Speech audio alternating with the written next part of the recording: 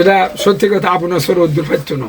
মিলন সাহেব লোক হিসাবে ভালো মানুষ, যোগ্য, এবং উনি দায়িত্ব পাইলে উনি যথেষ্ট করতে পারবো।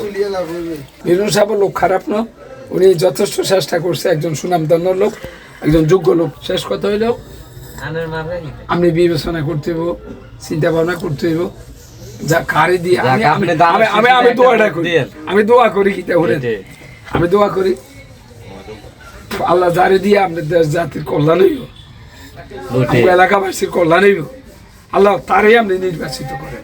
এটা আপনি ভালো জানেন, পছন্দ জানেন আছে, কিন্তু এটা বলা যাবে না, অন্তরে আছে। নেতা দুইজনে ভালো, জামা থেকে জানাচ্ছে এত লোক ভালো, একজন সহি আনে, ওখানে পাওয়ারফুল আনে, আর এতটুকু মিলনে পারবো ক্ষমতা গেলে ইয়ে হাইতো এতটুকু করতে। কিন্তু লোক একের লোক, দুইজনেই ভালো লোক, যোগ্য জনজনের শিক্ষার যোগ্যতা আপনি যারা ভালো লাগে আপনি বিবেকে বিবেকে যেদিকে সারা দেয়। 10 টাকা খাইছেন, চা খাইছেন, আলুয়া খাইছেন, রুটি খাইছেন, খাইয়েছে খালি মদ ফাল্টা নেবেন না, বিবেচনা করে দিবেন, দিলে জাতির ভবিষ্যৎ ভালো হইব, এদিকে